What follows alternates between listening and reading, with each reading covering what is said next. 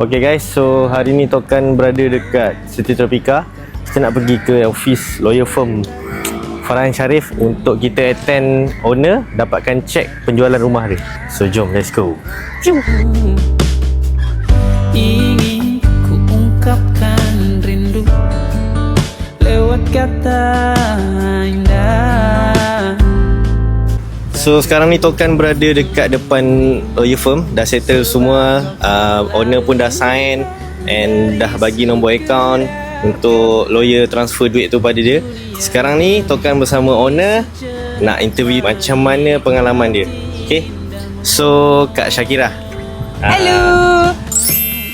So macam mana akak punya pengalaman gunakan khidmat Tokan ataupun Vigo Properties dalam urusan jualkan rumah akak ni? Alhamdulillah, so far tak adalah serabut ke kepala saya. Sangat mudah.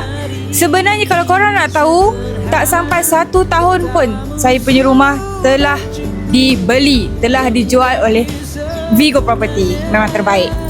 Okey Kak, soalan yang kedua, berapa lama kunci rumah tu ada kat tangan akak? Boleh akak ceritakan sikit? Okey, so far kunci rumah ni dekat tangan saya selama 3 tahun lebih. Dan saya dapat keuntungan selepas saya menjualnya dalam 3,000 lebih. So, siapa kat luar sana yang teragak-agak rumah masih bawah 5 tahun pun boleh dijual dan masih dapat untung.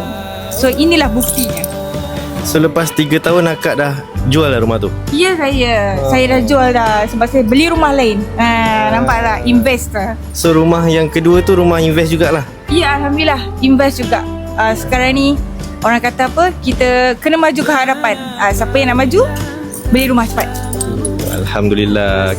Okay, hi guys. Siapa yang nak jual ataupun nak beli rumah, boleh jumpa dengan Tokan Property, The best agent in the world. Bye.